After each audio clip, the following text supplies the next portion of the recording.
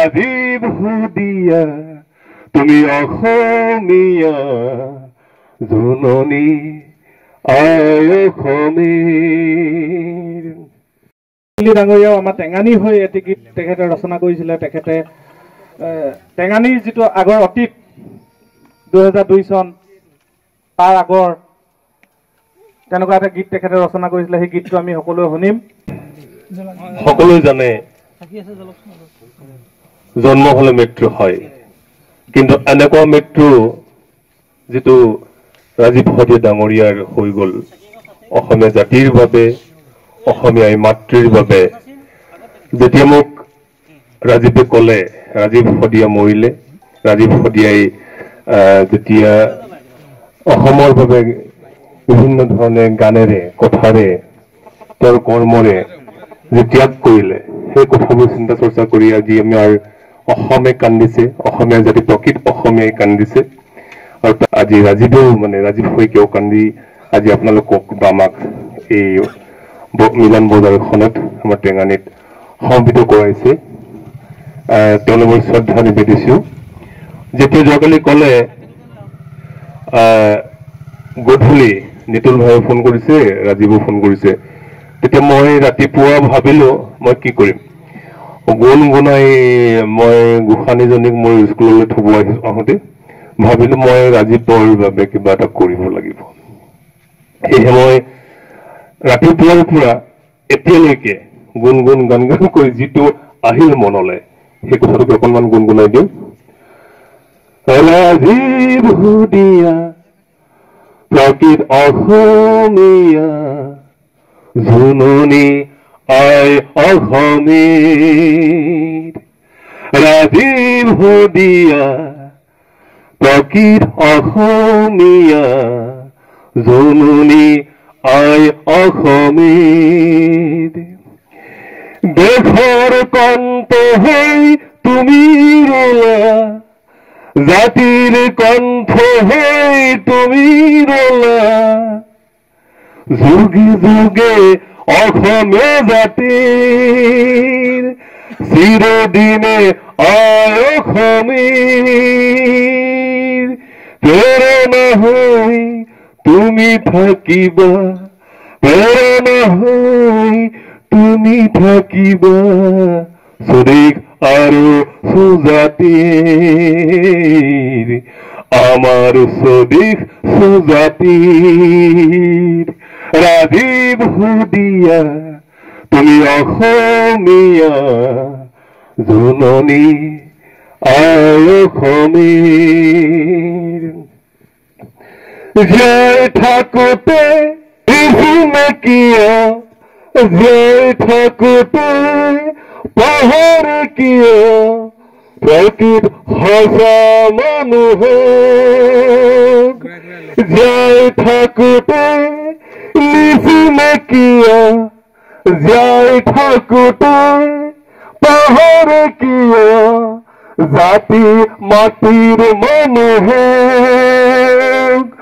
মৰাৰ পিছতেহে বিলীন হৈ যায় কি স্বাৰ্থ মানুহৰ। মৰাৰ পিছতেহে চিনাকি কৰি ফুৰে কি আজি মানুহৰ। কিয় আজি মানুহৰ, কিয় হয় ভাবিছোৱা, কিয় হয় নিজক সুধিছোৱা। অসমীয়া অসমীয়া অসমীয়া অসমীয়া অসমীয়া মোৰ অসমীয়া। মই কি গাম, মই কিন্তু এতিয়া অনাই বনাই ঘূৰি ফুৰি য'তে যাওঁ এটা গান গাওঁ, সেই গানটোকে গাম। টেঙানীৰ গান নিশ্চয় আপোনালোকে শুনিছেই। মই ক্ষুদ্ৰ প্ৰচেষ্টা অসমীয়া জাতিৰ বয়সৰ সজাৰ, বিভিন্ন জাতি জনগোষ্ঠীৰ ভাগ ভাগ হোৱাৰ যি পৰিকল্পনা বিভিন্ন শক্তিয়ে কৰি আছে, জনগোষ্ঠীবোৰ ৰাজীৱ শদিয়াই কোৱাৰ দৰে ভাগ ভাগ অসমীয়া কোন, মই মেচিং, মই আহোম, মই কছাৰী, মই চুতীয়া, অসমীয়া বুলি কোনো নকয়। সেয়েহে অসমীয়াৰ বাবে মই বুলি ক'ব বিচৰা নাই, আমি এক হ'ব লাগিব, জাতিটোক ৰক্ষা কৰিব লাগিব। অসমীয়া জাতিক আমি যদি ৰক্ষা নকৰো, কোনো বাহিৰা শক্তি ৰক্ষা কৰি নিদিয়ে। সেয়েহে বৰঘৰ এটি গীতেৰে মই মোৰ এই আজি ৰাজীৱ শদিয়াৰ শ্ৰদ্ধাঞ্জলি অনুষ্ঠান সামৰিম।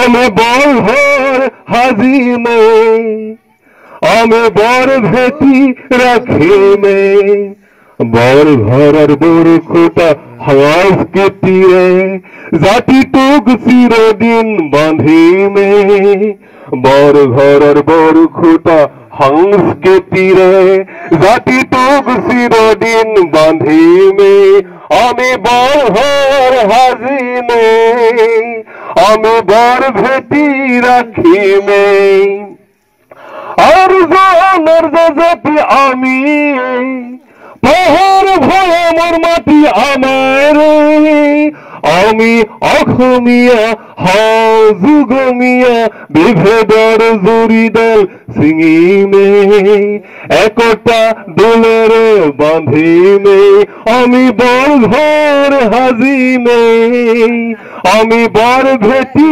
ৰাখিমে,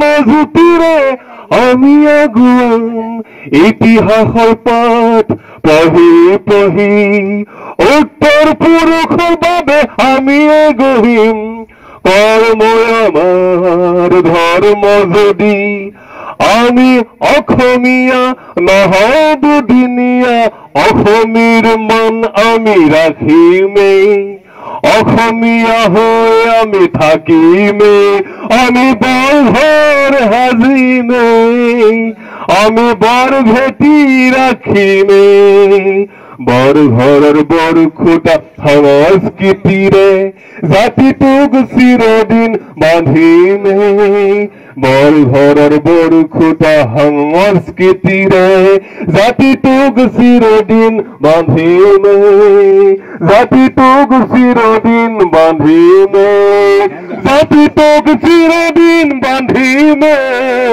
জাতিটোক চিৰদিন বান্ধিমে। ৰাজীৱ শদিয়াৰ ত্যাগে অসমীয়া জাতিটোক সংস্কাৰ কৰিব লাগিব, তাকে কামনা কৰি মোৰ চমু বক্তব্য সামৰিছো। ধন্যবাদ।